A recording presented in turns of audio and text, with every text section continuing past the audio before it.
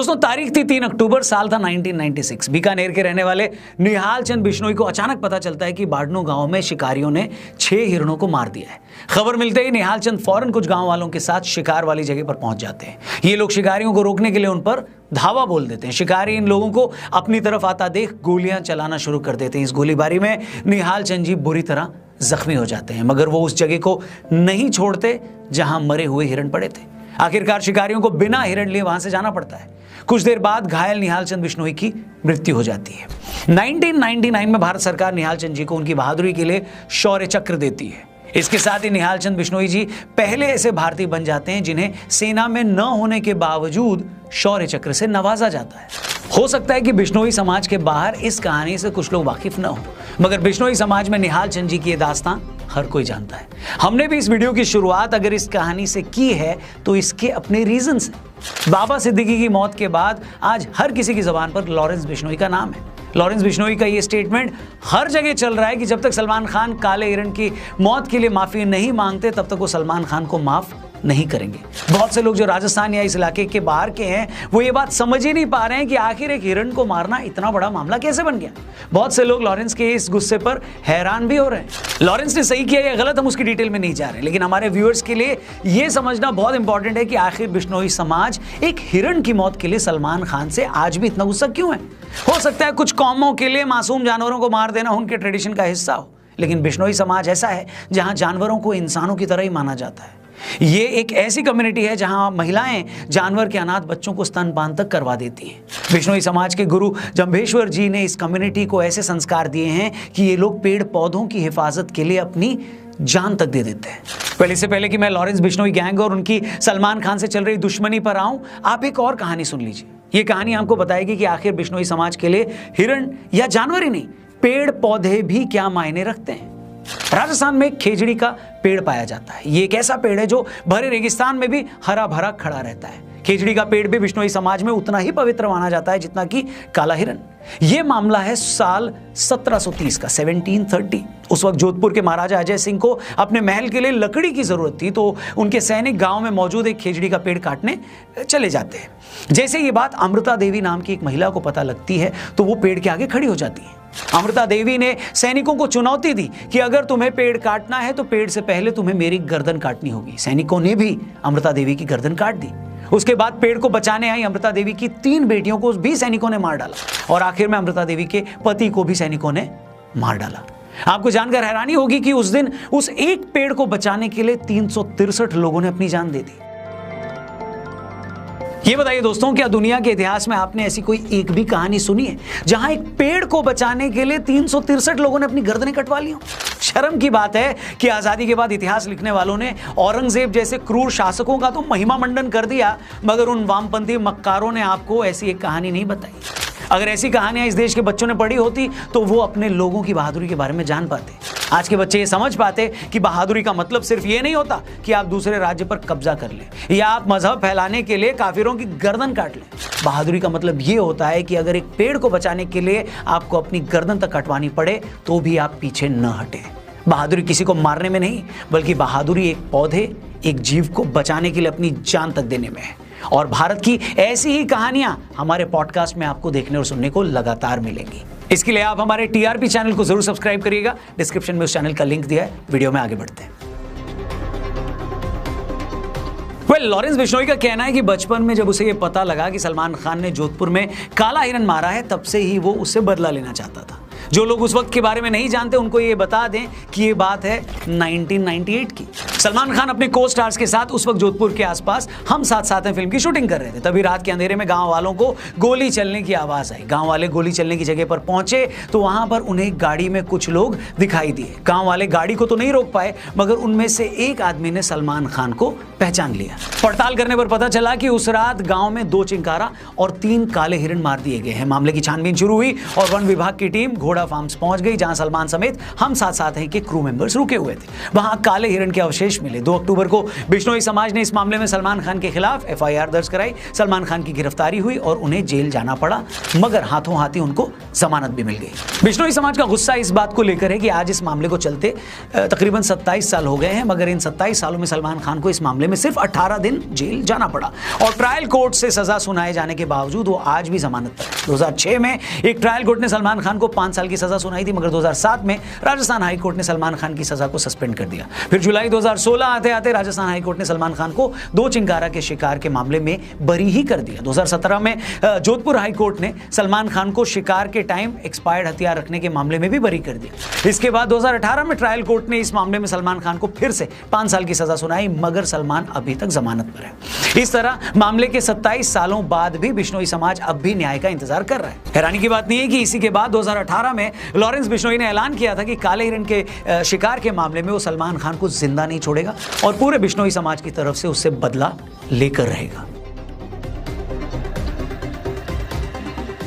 आज से 2 साल पहले की बात है। साल था 2022, महीना था जून का। सलमान खान के फादर सलीम खान साहब मॉर्निंग वॉक कर रहे थे, तभी उन्हें एक बेंच पर एक धमकी भरा खत मिलता है। उस खत में लिखा था, सलमान खान का हाल भी सिद्धू मूसेवाला जैसा कर देंगे। इसके बाद मार्च 2023 में सलमान खान के ऑफिशियल मेल ID पर 3 धमकी भरे ईमेल भेजे जाते हैं। इन ईमेल्स में साफ लिखा होता है कि अगला नंबर तेरा है, जोधपुर आते ही तू मूसेवाला की तरह मारा जाएगा। इसके बाद मार्च 2023 में लॉरेंस बिश्नोई जेल से एक इंटरव्यू देता है। उस इंटरव्यू में लॉरेंस बिश्नोई बताता है कि मेरा बचपन से एक ही सपना है, सलमान खान को मारना। इसके बाद अप्रैल 2023 में भी रॉकी नाम का एक लड़का फोन पर मुंबई पुलिस को सलमान खान को जान से मारने की धमकी देता है। इस साल उस वक्त हद हो गई जब 14 अप्रैल 2024 को सलमान खान के गैलेक्सी अपार्टमेंट के बाहर से 2 मोटरसाइकिल सवार लोग उनके घर की फर्स्ट फ्लोर की बैल्कनी पर फायरिंग कर देते हैं। इस पूरे मैटर में अब तक का सबसे बड़ा मोड़ तब आया जब कुछ दिन पहले मुंबई के एक बड़े नेता और सलमान खान के करीबी दोस्त बाबा सिद्दीकी की कुछ लोगों ने गोली मारकर हत्या कर दी। उस मर्डर के कुछ देर बाद ही लॉरेंस बिश्नोई गैंग ने इसकी रिस्पॉन्सिबिलिटी ले ली।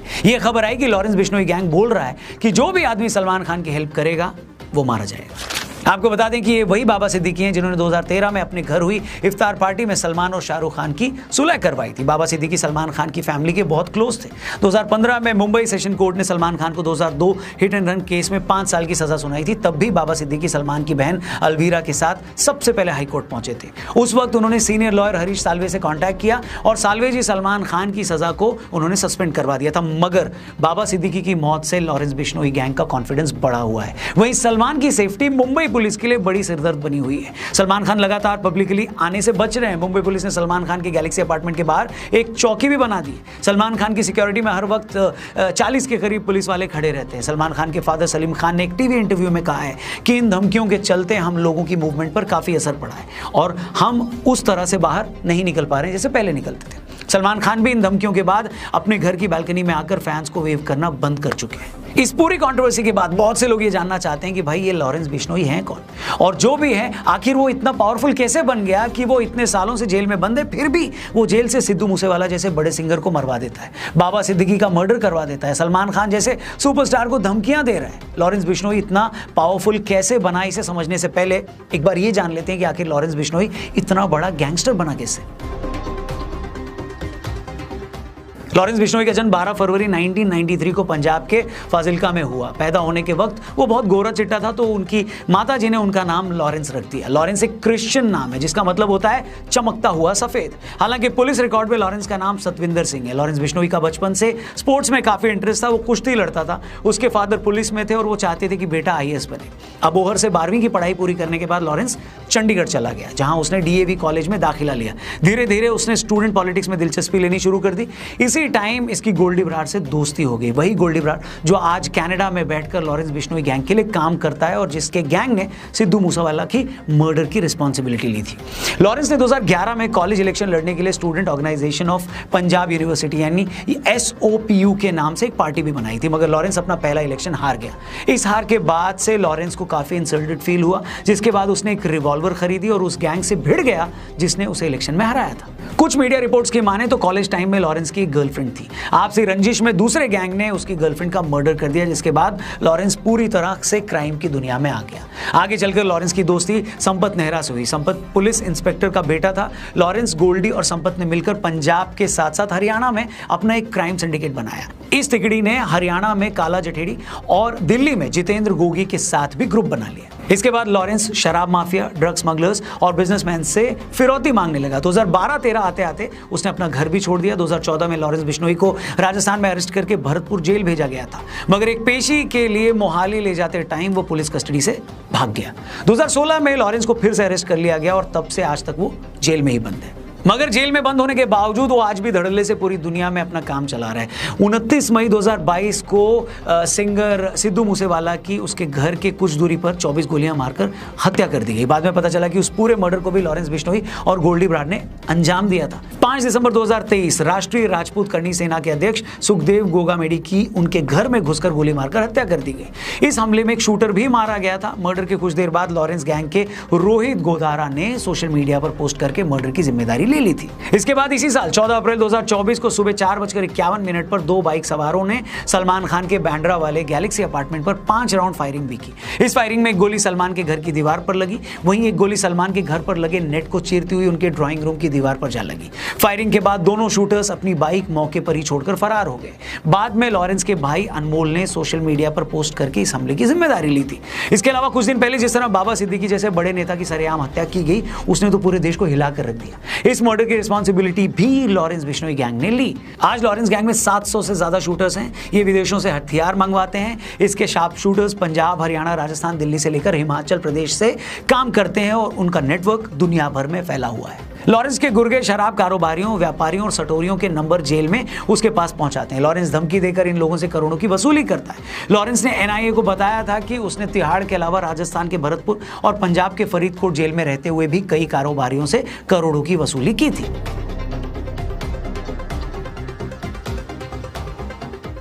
आज लॉरेंस बिश्नोई गैंग का नेटवर्क सिर्फ भारत तक ही नहीं है। ये गैंग गोल्डी बराड़ के थ्रू कनाडा से ऑपरेट करता है। गैंग के कई मेंबर्स कनाडा, यूके, यूएसए और दुबई में रहते हैं। इन देशों में लॉरेंस गैंग को फंडिंग मिलती है। ये पैसा हवाला के जरिए भारत आता है।